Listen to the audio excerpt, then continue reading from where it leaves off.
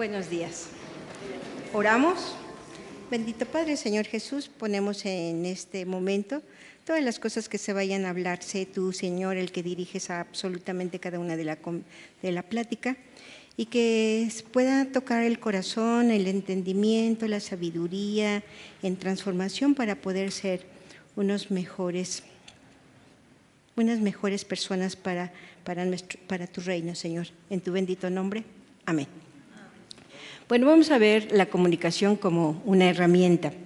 Es una herramienta que Dios nos ha puesto que los animales no se comunican tanto como nosotros, aunque dicen unos que sí, pero no en la misma situación como lo hacemos nosotros. Y vamos a ver que para que exista una comunicación se necesita de muchas condiciones. Y si estas condiciones no están cubiertas, difícilmente se puede llevar una comunicación adecuada. Y ustedes van a decir, ¿cómo qué? Tener lengua, tener boca, tener forma de expresarnos. No, es más allá que eso. Y esto surgió también en la medida que cuando se dio lo de el trastorno de personalidad o las personas tóxicas, cuando les sugerí que era necesario poner límites en condiciones, en ciertas condiciones que nos va a permitir interactuar con el entorno familiar. Y muchas de las preguntas eran, ¿pero cómo le hago? ¿Pero cómo comento? ¿Pero qué necesito hacer para que me escuchen? Y justamente de ahí surge la comunicación, le ponemos como comunicación asertiva, que no solamente es expresar lo que tengo que expresar, porque si verán que si nada más es lo que uno tiene que expresar, a veces dentro de mí hay dolor y lo que voy a expresar es dolor. Y a veces dentro de mí hay mucho enojo, mucha furia, y lo único que voy a expresar es furia y enojo. Y en esas condiciones entonces no se va a dar una verdadera comunicación.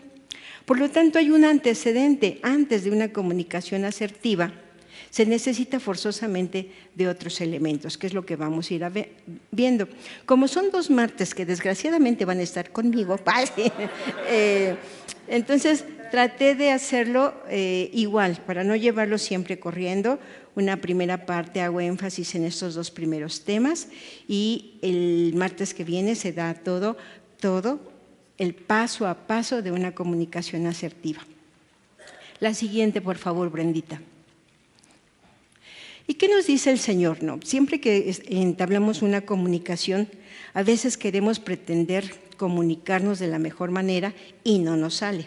Y a veces la otra persona quiere decir muchas cosas y la dice inadecuadamente y no queda una conversación para una transformación. La comunicación queda lastimada.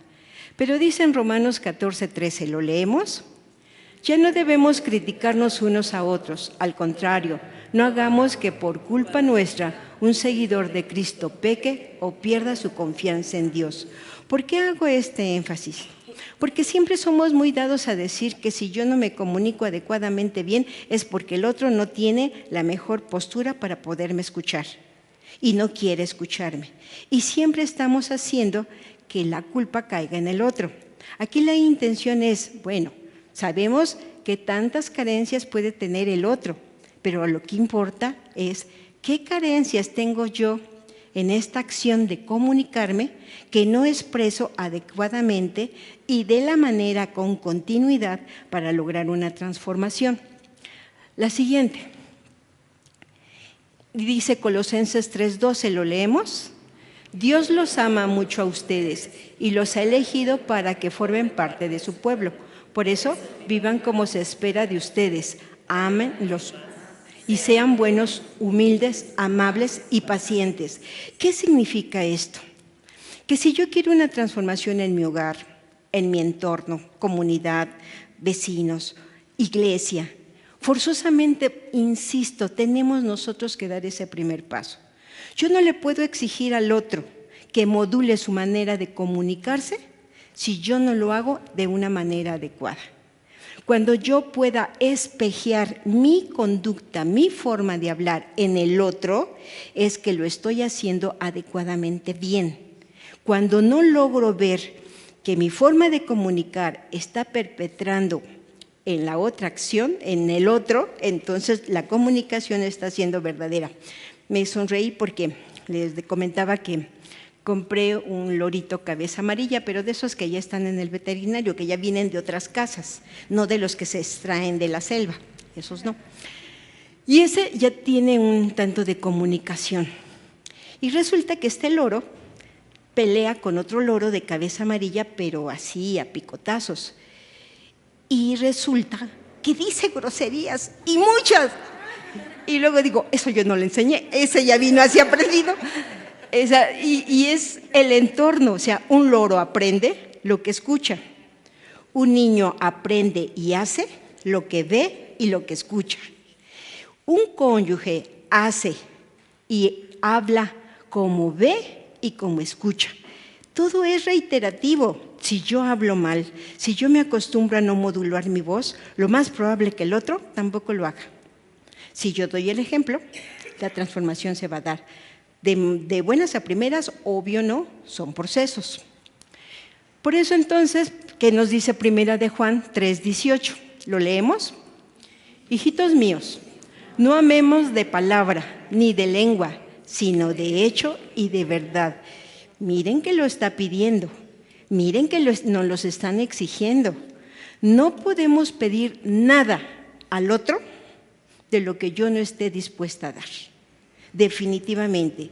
Si yo inicio una conversación y lo inicio con insultos y con groserías, por ende, el otro no va a querer escuchar. Y el otro puede ser el hijo, y el otro puede ser el vecino, y el otro puede ser nuestro esposo, el otro no va a querer escuchar. Por eso entonces es importantísimo que este tema de la comunicación asertiva verdaderamente lo practiquen en lo individual, que yo lo haga, que yo lo lleve a cabo, que yo maneje las pautas adecuadas para poder externar adecuadamente mi forma de pensar y mi forma de sentir sin ser transgresora del otro. La siguiente, por favor. Y entonces existe una estrecha relación entre autoestima y asertividad. Chachán. Resulta entonces que si yo quiero comunicarme de la mejor manera, va ligada con mi autoestima. Si yo tengo una autoestima devaluada, menospreciada, ¿cómo creen que va a ser mi comunicación? Pero ¿cómo es igual? A ver, ¿cómo? Descalificativa. ¿Qué más?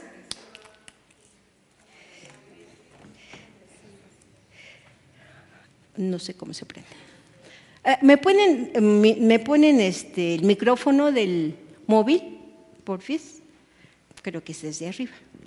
Bueno, entonces, si yo me siento mal con mi autoestima, lo más probable es que mi comunicación esté verdaderamente afectada. Ahora, si yo estoy afectada, ¿cómo creen que me comunico? De una manera inadecuada. ¿Pero qué es una manera inadecuada? Agresiva, con amargura, con violencia. ¿Perdón? Sumiso, una postura sumisa. ¿Una postura qué? Crítica. Una postura de crítica.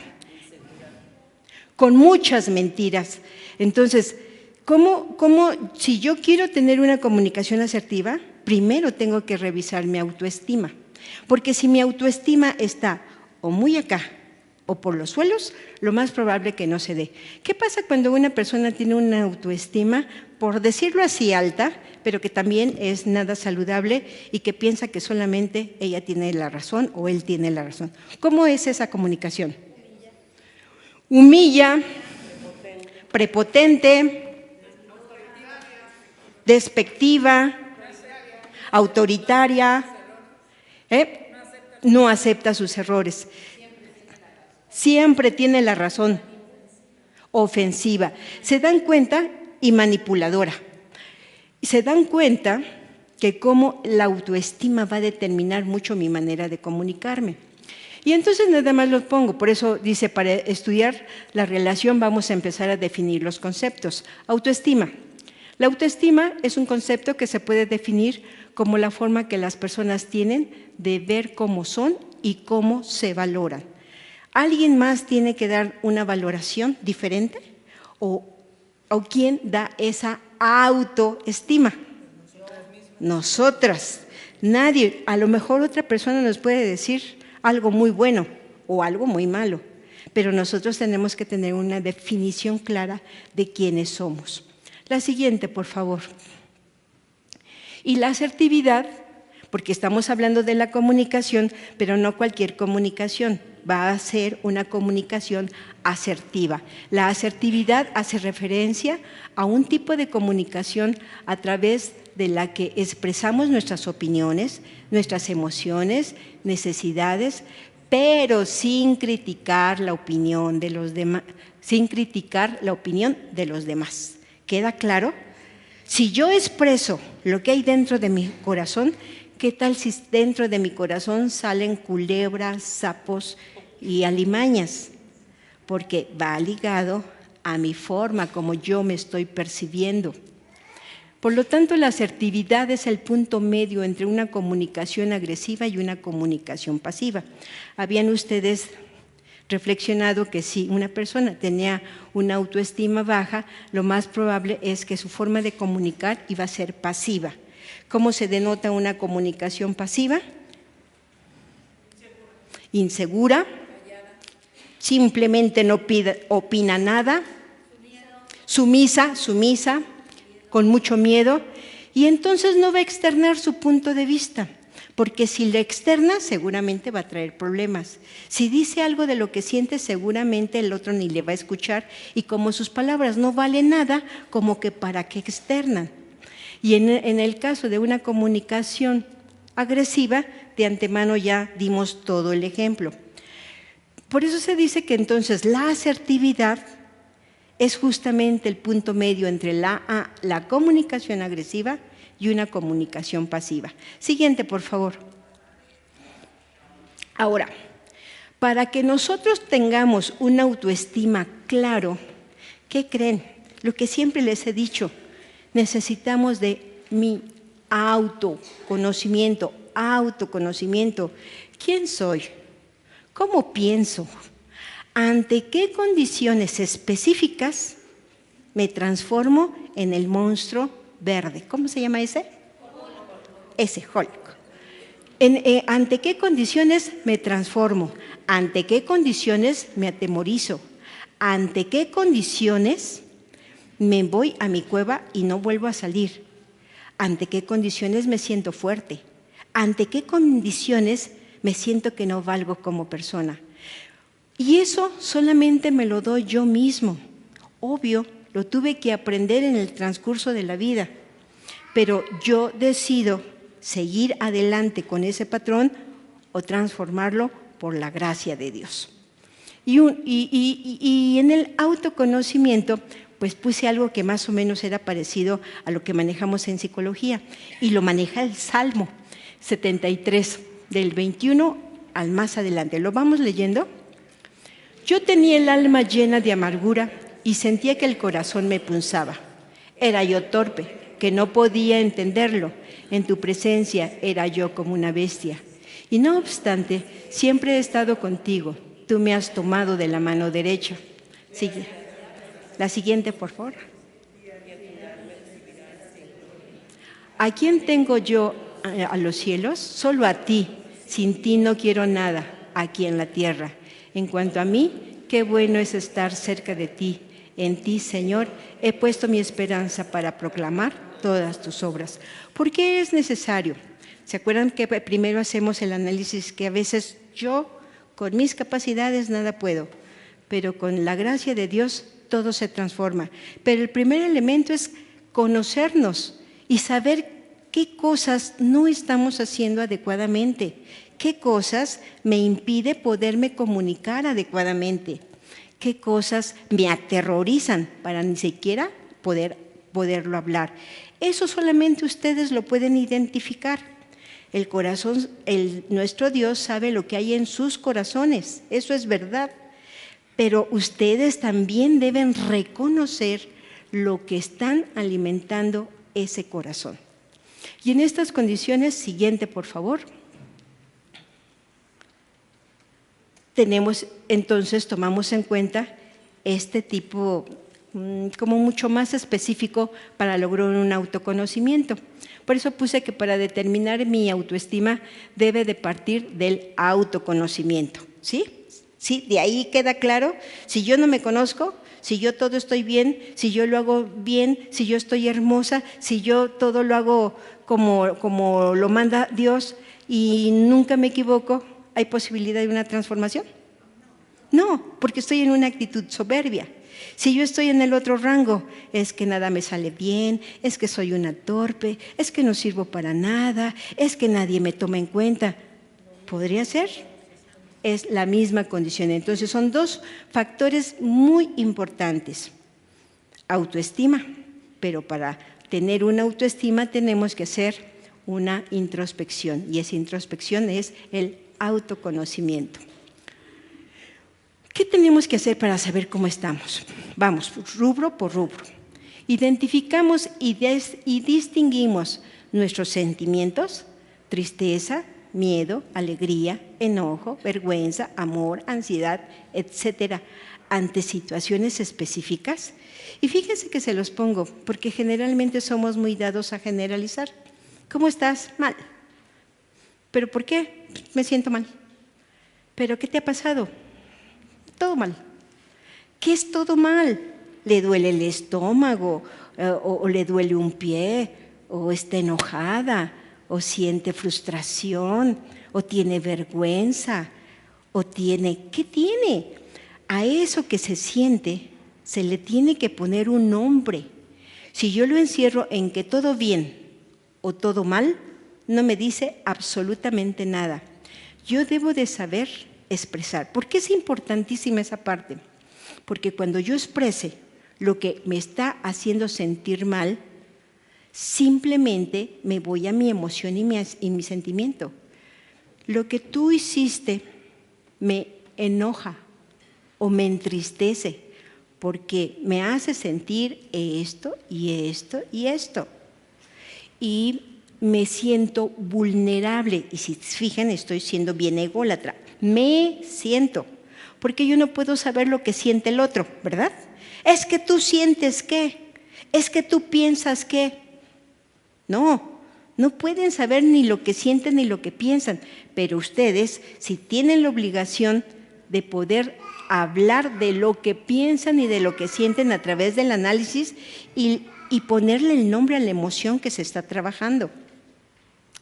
Expresamos los sentimientos y el afecto hacia los demás, en particular hacia los miembros de nuestra familia. ¿Por qué lo puse?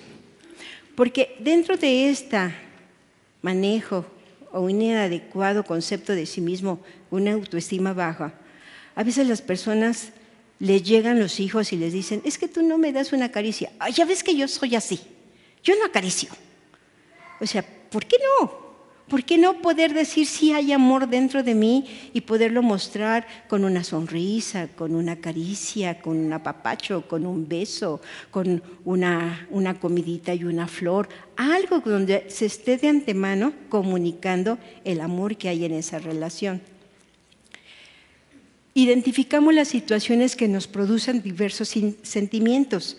Como yo estoy haciendo un análisis de mí misma, tengo que saber identificar, uy, este niño que no llega, son ya las 10 de la noche, dijo que llegaba a 9:30, y en ese momento de antemano voy a empezar a generar un estado de emoción. Ese estado de emoción puede ser enojo, tristeza, susto, qué sé yo. Pero a esa emoción tienen que determinar, a ver, primero, ¿qué es lo que me causa ante esto que estoy viviendo? Bueno, me causa enojo, pero ¿por qué me está causando enojo? Ah, porque es un desobediente y no está respondiendo a los acuerdos. Ok, ¿qué más siento? Siento susto, tengo miedo de que le pase algo en la calle. ¿Y por qué? Ah, pues porque he escuchado en las noticias que todo está muy mal. O sea, le estoy dando un significado y lo estoy procesando acá. Cuando llega la persona 10:30, ya no solo le expresan el enojo de toda su frustración que acarrearon por llegar tarde, sino se lo expresan en una forma adecuada. ¿Y cuál es esa forma adecuada? Me da miedo que te pase algo, quedamos en un acuerdo y no lo estás cumpliendo. ¿Cuáles van a ser las consecuencias de los actos que no estás realizando como ya lo habíamos acordado? Y lo hablan. Imagínense la otra escena donde la mamá, ¿qué te pasa? ¿Qué quién sabe qué? Y empieza a gritonear y a bajar las cazuelas y tumbárselas. O sea, con eso la comunicación no se da. Y ni gastan energías y se pueden poner de muy mal humor, pero si lo que pretendían eran ser escuchadas de esa manera, nadie las va a escuchar, absolutamente nadie. Identificamos las situaciones que nos producen diversos sentimientos, entonces tenemos que identificarlo para poder desde aquí hacer una planeación diferente de cómo lo vamos a ejecutar. La siguiente, por favor. Manejamos los sentimientos y las emociones sin violencia, de acuerdo con la situación en la que nos encontramos. Ejemplo, ¿quién me puede dar un ejemplo de esto? Manejamos los sentimientos y las emociones sin violencia, de acuerdo con las situaciones en las que nos encontramos. No tantas. Gracias.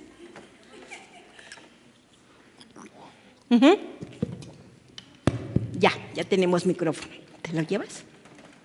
Gracias.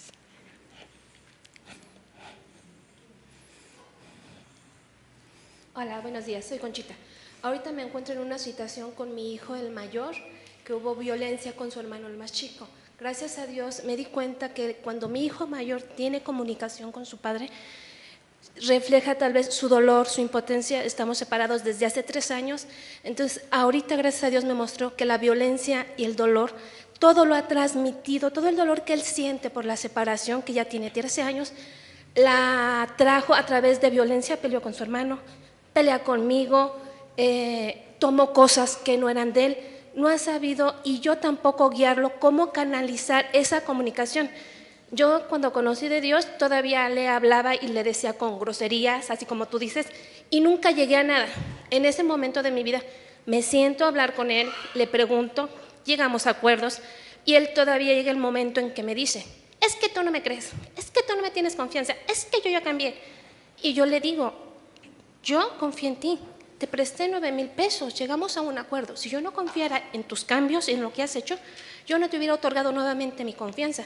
Y ahorita en este momento pienso llegar a casa, volverme a sentar, hablar con él, y espero, primero Dios, que pueda expresar su dolor que trae él por dentro. Sí, bien importante, dice, espero que él pueda expresar su dolor. ¿Qué creen? La primera que tiene que expresar su dolor son ustedes. Yo he estado viendo en la situación de comunicación, sobre todo con los hijos, gracias, que la comunicación se da de una manera tipo Gestapo. O sea, llega el hijo de la escuela, ¿cómo te fue? Bien. ¿Trabajaste? Sí. ¿Anotaste la tarea? Sí. Siéntate a comer. Sí. O sea, el niño solamente tiene que decir sí o no. Es una interrogación, son preguntas cerradas en donde solamente se está dando pauta a decir un sí y un no. Sí. Es que yo creo que los seres humanos precisamente no somos asertivos porque hay circunstancias como a lo mejor un hijo con cáncer o un divorcio o que te corrieron del trabajo y gritamos y nos enojamos y nos desquitamos con el primero porque lo que queremos decir es tengo miedo, no sé qué va a pasar, y en lugar de sentar y decir te abrazo porque te amo y ayúdame a resolver esto, lo decimos gritando, ¿no? Y esa es la falta de no poder contactar el sentimiento que tengo verdaderamente. Y ante una situación como la que nos comenta la hermana, pues realmente lo que hay es mucho miedo. Y el miedo mal manejado se transforma en mucho enojo, en mucha furia.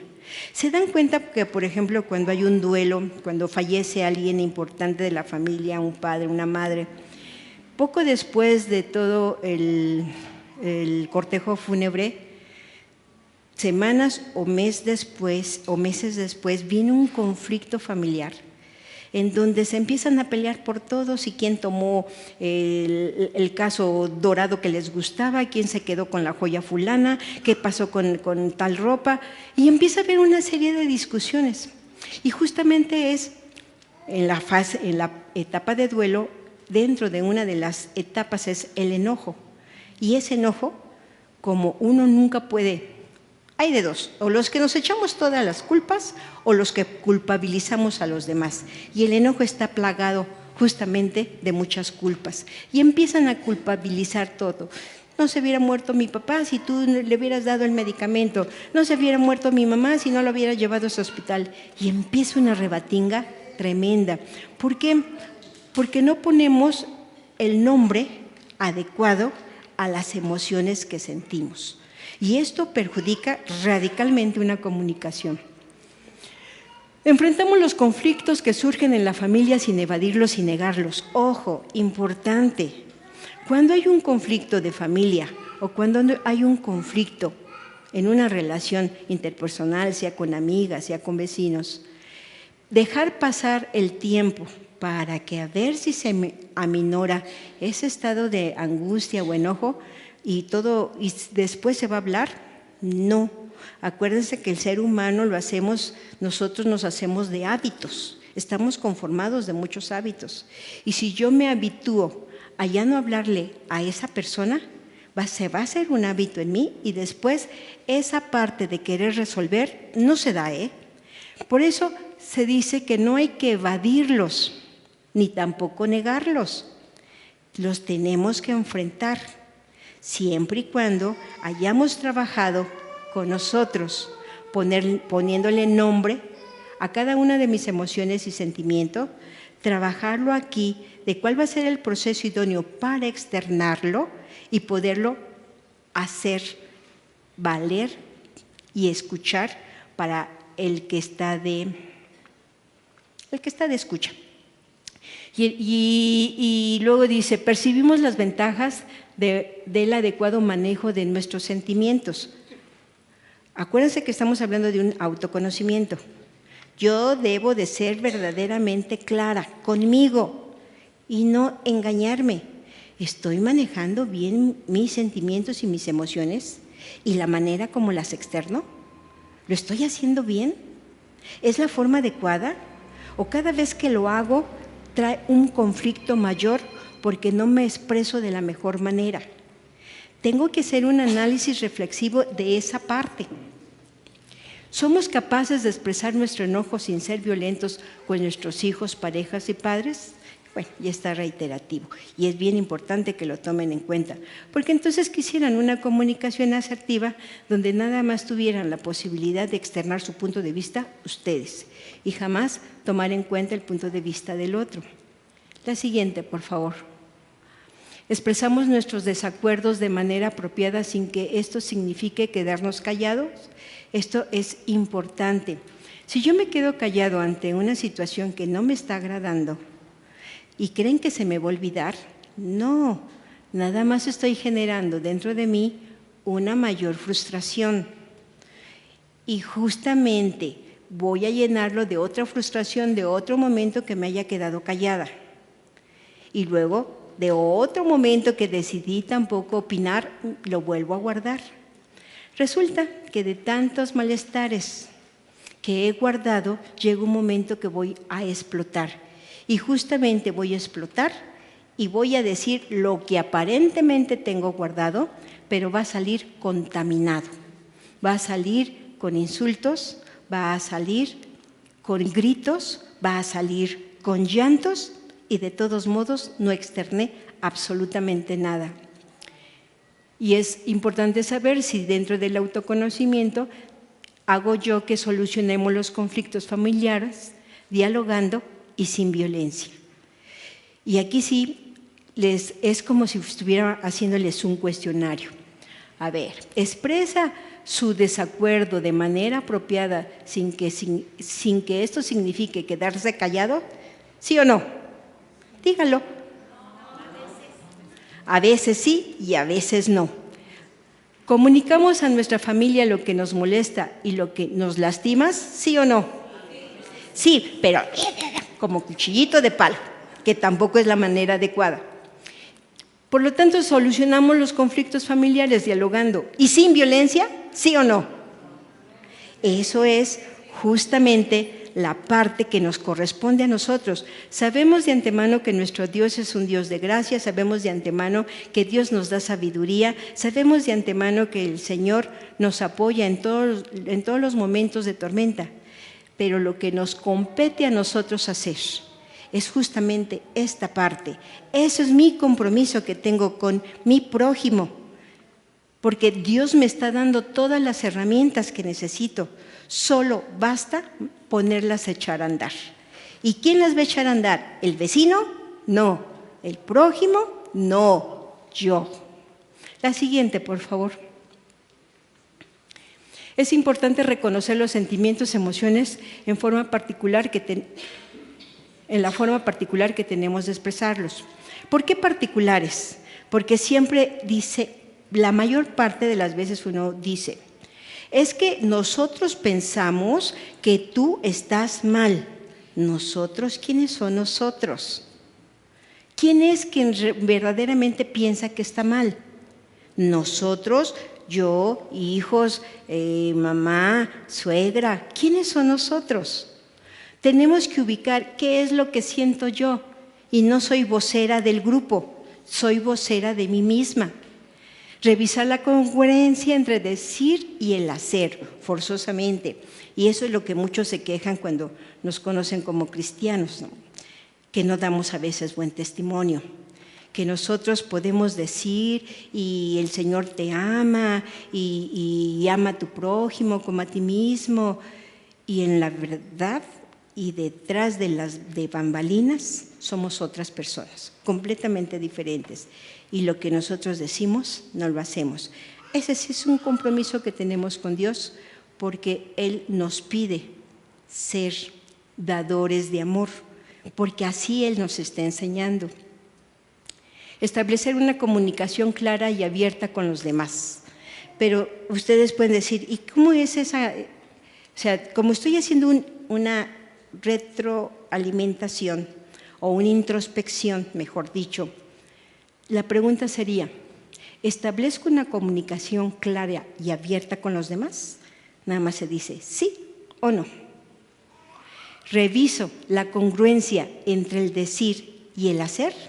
Sí o no. ¿Explicarán las diferencias entre el control? Está mal, ese verbo no tenía. Hay una diferencia entre el control de sentimientos y el manejo de los mismos. Este último implica vivirlos, reconocerlos y expresarlos sin violencia, mientras que al controlarlos los reprimimos y esto puede hacernos daño. ¿Qué significa esto? Muchas personas dicen, sí, tengo bien ubicadas mis emociones y mis sentimientos y los tengo bajo control. Jamás un sentimiento se puede tener bajo control, porque siempre se nos va a escapar de nuestras manos. Puedo decir, me quedo callada hoy, pasado mañana, una semana, un mes, pero llega un momento que eso que aparentemente lo habían controlado va a salir de una manera equívoca para expresarnos cuando no se tendría que haber expresado de esa manera. La siguiente, por favor. ¿Y qué nos dice Efesios de todo esto? De Efesios del 25 al 26, lo leemos. Debe desechar la mentira y hablar la verdad con su prójimo, porque somos miembros de... Enójense, pero no pequen. Reconcíliense antes de que el sol se ponga. Esa es una acción que tenemos que hacer nosotros forzosamente.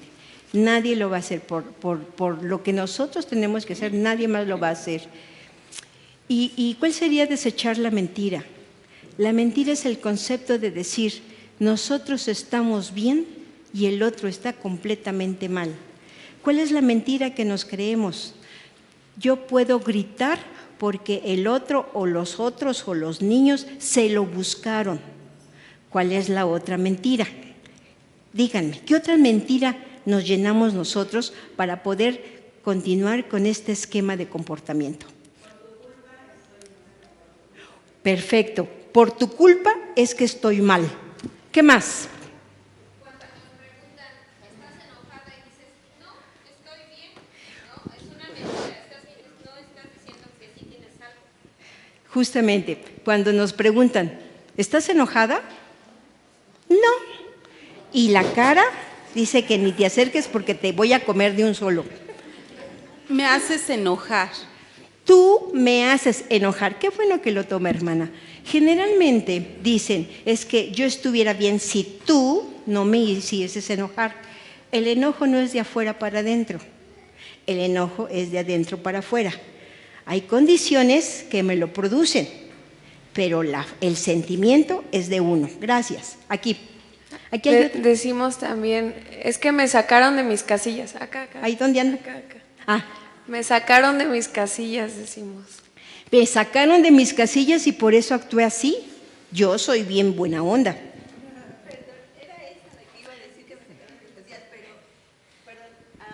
Muchas veces entre las compañeras me dicen, ¿estás enojada? Yo me quedo muda, ¿no? Me quedo muda porque al sentir yo esa respuesta de ella que yo no digo nada, estoy bien y me dice, ¿estás enojada? Y yo, Pero, a ver, analicemos esa parte justamente. A usted le preguntan, usted está normal, está X, y le preguntan, ¿está enojada?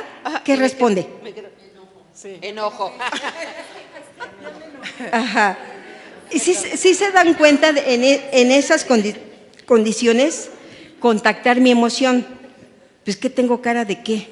Y eso me produce tristeza, o que no me maquillé, o por qué. Y la pregunta, ¿cuál sería la pregunta idónea? ¿Cuál sería la respuesta idónea? No, pues tú me estás viendo o algo así que no me estás viendo. O sea, no estoy enojada, pero ya me hiciste enojar. Vea. ¿No me estás viendo? Estoy bien, no estoy enojada.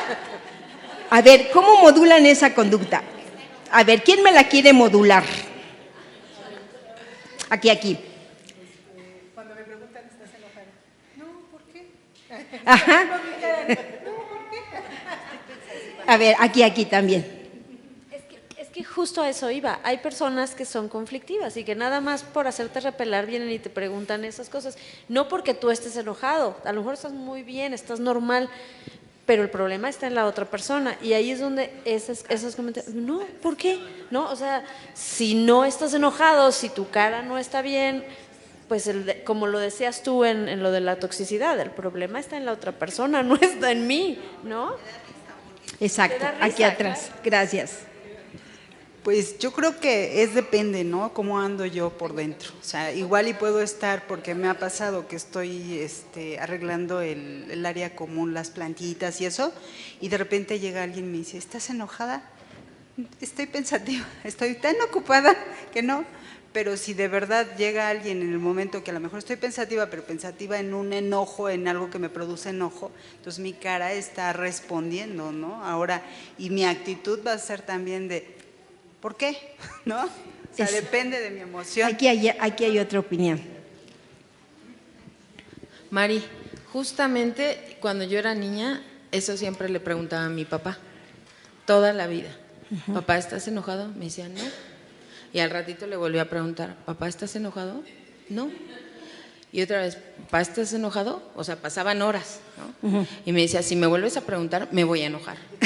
Entonces yo decía, no, ya no voy a preguntar. Pero no preguntaba ese día, al otro día. Lo que pasa es que mi papá era muy serio. Mi papá casi no sonreía mucho, la verdad. Entonces era lo contrario de mí.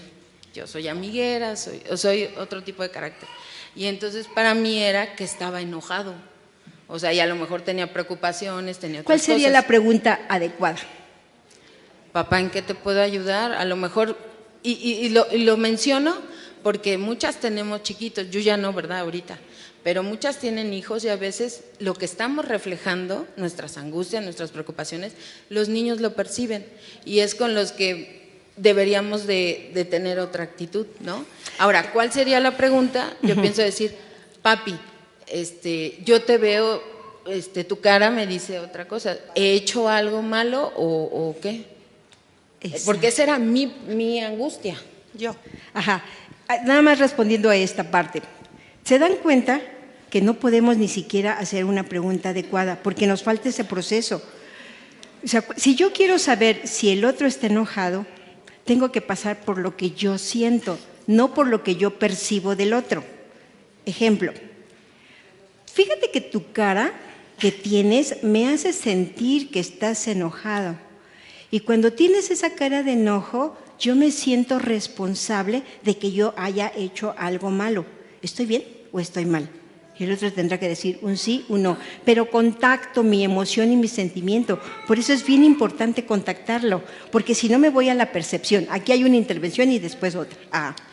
Por ejemplo, tú hablabas de que a veces en la comunicación te quedas callado. Uh-huh. Eso es lo que a mí me pasa, porque pienso que quedarme callada hace menos daño porque a veces luego me quedo tantas veces callada que soy como una olla express, que en el momento en el que pasa algo simple, estallo con todo lo que traigo cargando.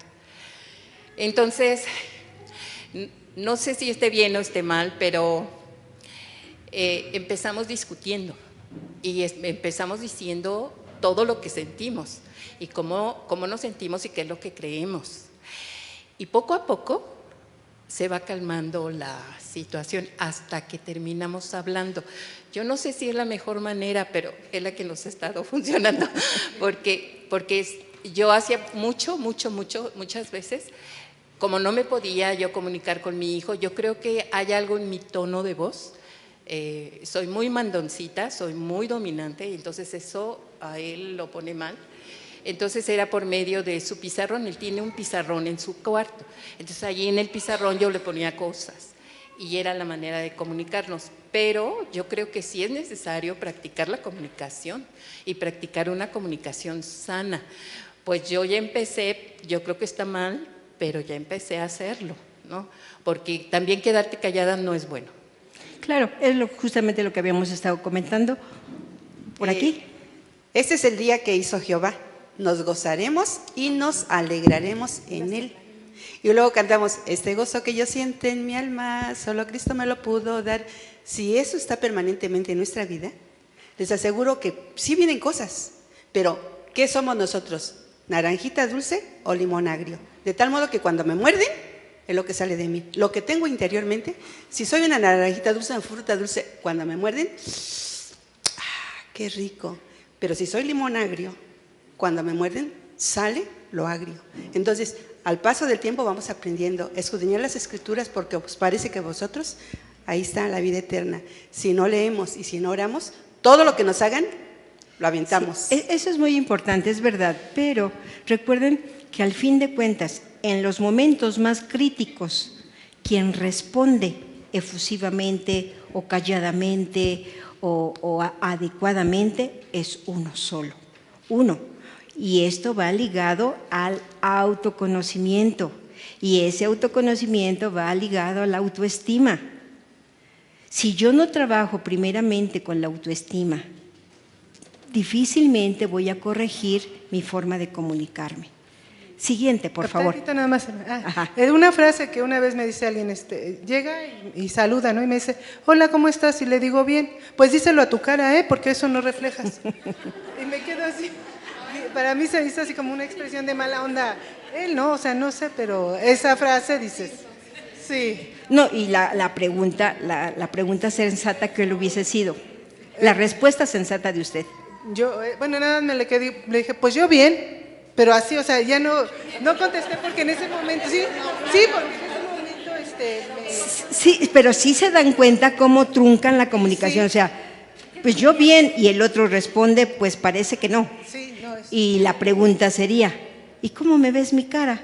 Porque yo pienso que estoy bien, ¿y tú cómo la ves? O sea, toquen emociones y sentimientos y devuélvanlo como si fueran el voleibol. No se queden con la pelota y corran con la pelota porque ya no va a haber más juego. Y regrésenla. La última participación. Hasta allá. Que a veces no sabemos que estamos enojadas. O sea, llegan y te preguntan, ¿estás enojada? No, pues es que estás contestando mal, estás hablando mal.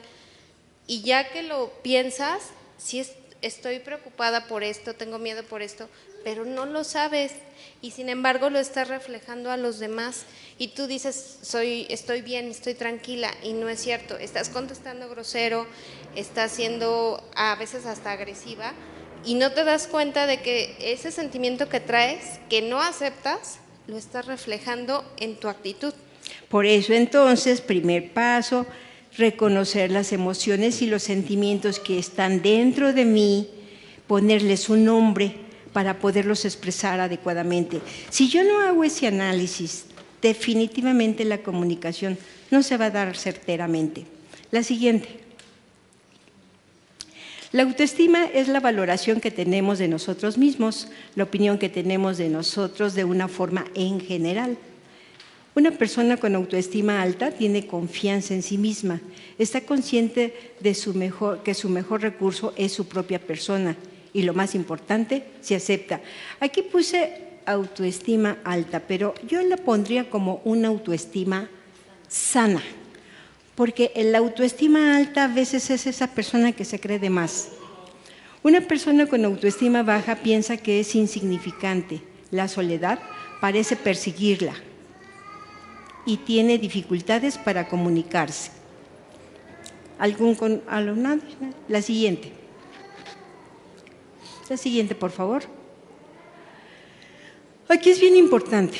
Ok, ya ubicamos que mi autoestima está por los suelos, un poquito más arriba que la banqueta.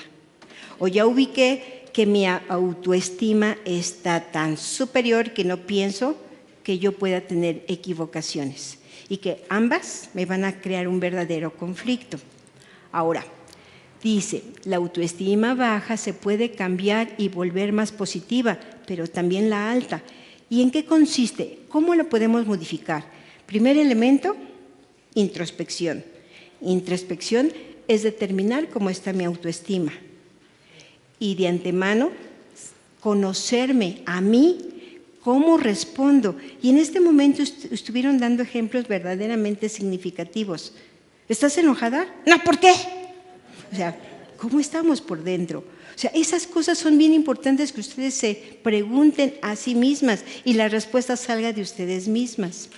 Ahora, ¿qué tenemos que hacer? Uno, reconocer que tenemos conflicto con nuestra autoestima, sea baja o sea alta. Convencerse de que la autoestima puede cambiar. ¿Se puede cambiar? Sí. Si tenemos en cuenta que la autoestima se consolida y se va conformando de acuerdo a nuestra experiencia de vida, desde que somos chiquitos hasta que somos tal cual como la edad que tenemos, tenemos que saber dejar las cosas del pasado en el pasado y poder saber que ante los ojos de Dios somos las reinas para Él. Ahora, si ya ubico, entonces tengo que tener la decisión de cambiarla y reconocer que solo nosotros podemos hacer ese cambio. Si ustedes esperan, es que me arreglé hoy de lo más hermosa posible y cuando me pongo enfrente del esposo le digo, ¿y cómo me ves? Bien, vámonos. Y ustedes esperan que él dé ese reconocimiento para que se sientan bien, pues no lo hagan. Ustedes mismos lo pueden hacer.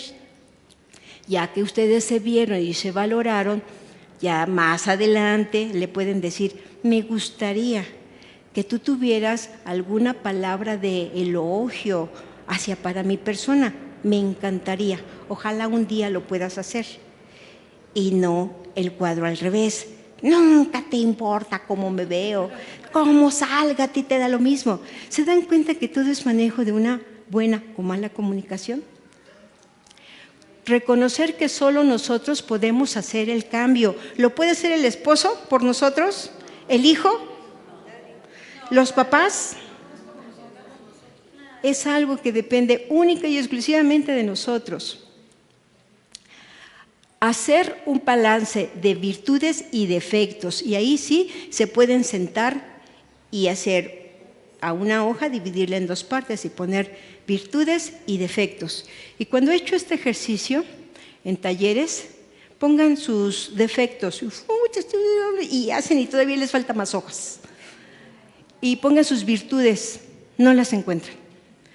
Busquen, todo mundo tenemos defectos, sí es verdad, pero también tenemos virtudes. Busquen esas virtudes, encuéntrenlas. Nadie tiene que reafirmarle su virtud que ustedes tienen. Ustedes deben de reconocer para lo que sí soy buena. Y luego dice, empezar con lo sencillo. ¿Cómo es empezar con lo sencillo? Obviamente este sería un taller de autoestima, pero lo sencillo sería tratar de verme bien, sentirme a gusto, peinarme, arreglarme, vestirme, algo que a mí me guste, darme espacio a lo mejor para irme al deportivo, a lo mejor para irme a caminar, a lo mejor para sentarme a ver una película, qué sé yo, algo que a mí me agrade. Y empezar con algo sencillo para paulatinamente ir haciendo algo diferente. Cambiar para nosotros mismos. No busquen cambiar porque mi esposo me lo exige, porque mi hijo me lo exige, porque la sociedad me lo exige, porque la iglesia me lo exige. Porque yo deseo, porque Dios tiene promesas en mi vida, porque yo deseo hacerlo. Y aprender a vivir con lo que no se puede cambiar. Y hay cosas en nuestras circunstancias de vida que no se van a cambiar, que a lo mejor tenemos, como lo hablábamos en semanas pasadas, cerca de nosotros una persona con alta toxicidad. No lo vamos a cambiar si él no quiere, pero nosotros sí podemos cambiar la manera de relacionarnos con esa otra persona, dejarnos de lastimar, porque decidimos seguirnos lastimando, porque decidimos resolver las cosas que no se han resuelto a través de la misma condición, gritos, insultos, maltratos o silencio, porque hay familias, me comentaba una paciente que no se había divorciado con su esposo porque no le convenía a sus hijos no tener un papá, pero creo que había sido infiel. Dice, pero yo, a partir de eso, vivimos bajo el mismo techo, pero no nos hablamos. ¿Cuánto tiempo tiene? 10 años. ¡Ah! 10 años. Y no le hablaba. Y si quería algo, dígale a su padre, así estuviera el padre a 2 metros, dígale a su padre tal cosa. Y lo mismo era de regreso. Digo, qué cosas tan más horribles, porque al fin de cuentas, quien se lastima es uno. Ni siquiera uno está pensando, lo voy a hacer para lastimarlo. Si lo quieres hacer, pues también piénsalo. Pero realmente quien se está lastimando es uno mismo. Y luego, aprender a vivir con lo que no se puede cambiar, que ya lo leímos. O sea, apréndalo. Hay cosas que no se van a poder cambiar del otro o de la otra o de los otros. Pero yo sí tengo la obligación de cambiarlo. Siguiente. ¿Y qué nos dice Dios al respecto? Esfuércense y cobren ánimo, ni tengan miedo de ellos, porque contigo marcha el Señor tu Dios, y Él no te desamparará. Lo podemos leer juntos. Esfuércense y cobren ánimo, ni tengan miedo de ellos, porque contigo marcha el Señor tu Dios, y Él no te desamparará. No importa qué tan difícil sean los otros, lo que importa es la transformación que tengamos nosotros. ¿Por qué? Porque es un mandamiento que nos pide Dios. Amar a Dios sobre todas las cosas y amar a tu prójimo como a ti mismo. La siguiente, por favor. Con la baja autoestima, las personas con baja autoestima se consideran no aptos para enfrentar el desafío de la vida. Sienten la carencia de no puedo y no soy capaz. Ese es el primer concepto. No voy a poder, no soy capaz, no tengo lo suficiente, no me va a salir bien. ¿Para qué lo expreso si no me van a tomar en cuenta? Esa forma de pensar es justamente la que se tiene que modificar. Indicadores de una autoestima insuficiente cuando una persona carece del respeto a sí mismo. Y dice uno, ¿cómo me respeto a mí mismo? ¿Se han preguntado? ¿Cómo? A ver, por allá atrás. Gracias.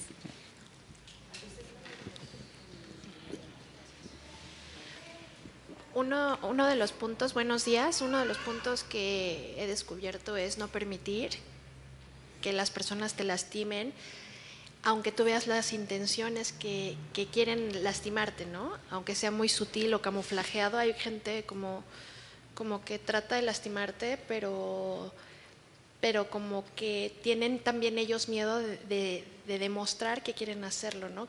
Como que te ponen una careta de buena gente y entonces tú te das cuenta que es un factor externo, porque lo que estaba diciendo una señora por allá, que el gozo que Dios te da no permite que nadie te lastime.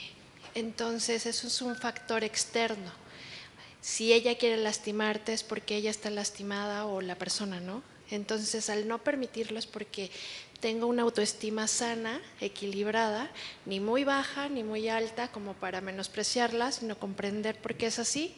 Y el otro lado es no sentirme menos para que pues me pisotee y yo me sienta exterminada, ¿no? Se siente muy feo. Y no, bueno, no permitirlo, reitero, es un factor externo. Sí, cuando es un factor externo, pero el respeto también, cuando no me respeto a mí misma.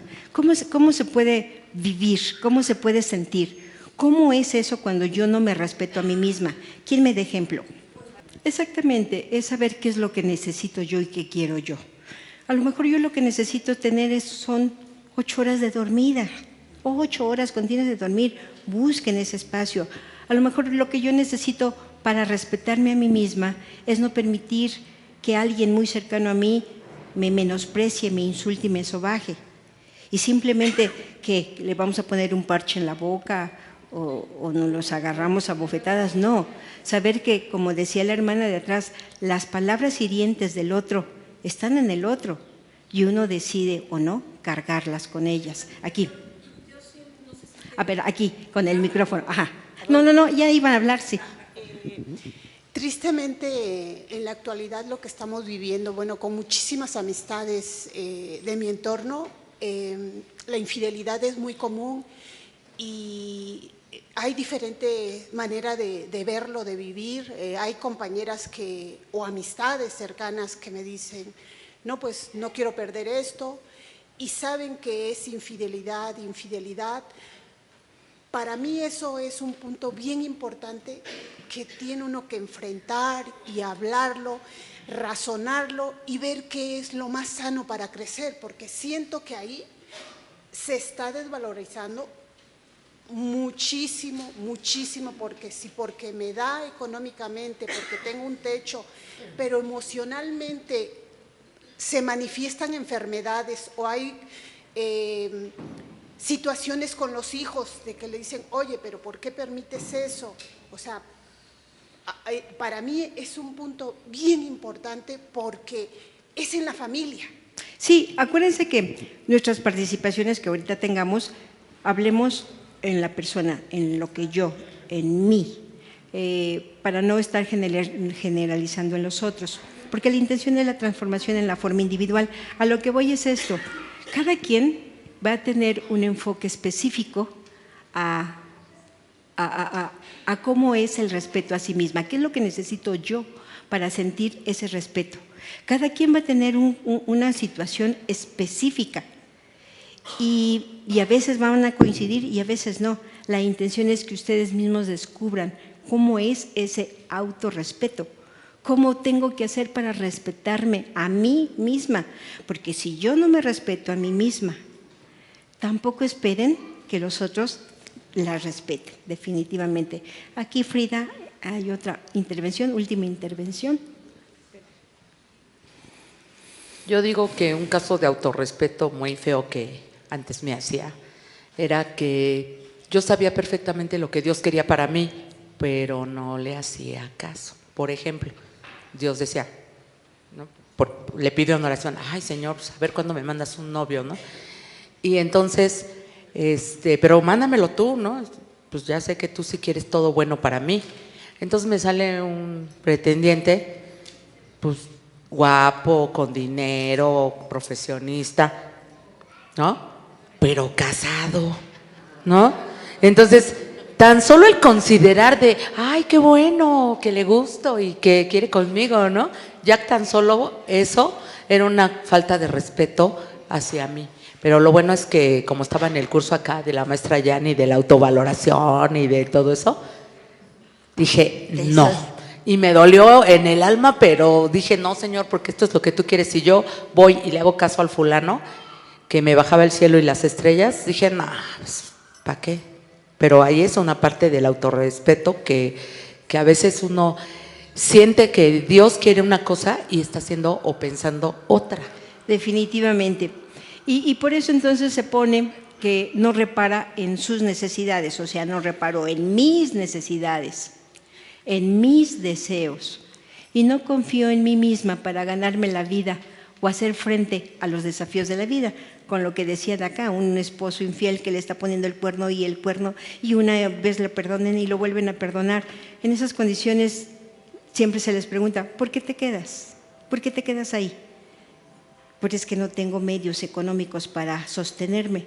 Y en estas mismas condiciones confiamos en un Dios. Y a veces tomar decisiones cuando uno está enojada es la peor manera de enfrentarse a la vida. Cada decisión que uno toma lo tiene que hacer con mucho tiempo de anterioridad, reflexionando los pros y los contras. Nada de la vida que valga la pena se va a tomar en una decisión bajo el influjo de una emoción, ya sea tristeza o ya sea mucho enojo, porque lo peor de todo es que van a traer muy malas consecuencias. La siguiente, por favor. La comunicación, ya nada más para retomar. La comunicación es intercambiar información entre dos o más personas, eso ya sabemos, ¿verdad? Para establecer la comunicación es necesario percatarnos que se percaten de nuestra existencia. Y la comunicación nos hace más fácil la relacionarnos con las demás personas. ¿Por qué nada más lo voy a manejar someramente? Porque en este día de hoy solamente tuve que intensificar que para que se dé una comunicación asertiva necesito tener un autoconocimiento preciso de mí y tener verdaderamente conceptualizado mi estima. ¿Cómo estoy yo? ¿Qué hago yo inadecuadamente para expresarme? ¿Qué hago yo para no poder hacer valer mis derechos? ¿Qué hago yo para ser irrespetuosa conmigo misma? Si tomamos en cuenta todas estas herramientas, para la próxima sesión que va a ser la comunicación asertiva, ahora sí en tiempo y forma, cómo hacer en cada momento y ante qué situación y qué es lo que tengo que tomar en cuenta para poderse dar ese factor de la comunicación, lo vemos el próximo martes. Y la comunicación, la siguiente, por favor. Para una comunicación personal existen 4 elementos. El qué decir, el cuánto decir, el cuándo es el momento oportuno y el cómo decirlo. Eso es bien importante, lo vamos a ver justamente en la próxima plática. Porque, ¿qué decir? Si voy a decir algo, pero no tengo claro aquí lo que voy a decir, como que ¿para qué? ¿Cuánto voy a decir? Si voy a decir algo, pero voy a hacer historia desde 20 años atrás, cuando lleguen al punto culminante que querían tomar en cuenta, ya se olvidó porque se engancharon con la historia de su conflicto. ¿Cuándo es el momento oportuno? No todos los momentos son oportunos. Cuando yo estoy acalorada, cuando yo me siento furiosa, cuando yo siento que estoy agitada, ni hablen. No es el momento oportuno. ¿Y cómo decirlo? Eso es lo importante.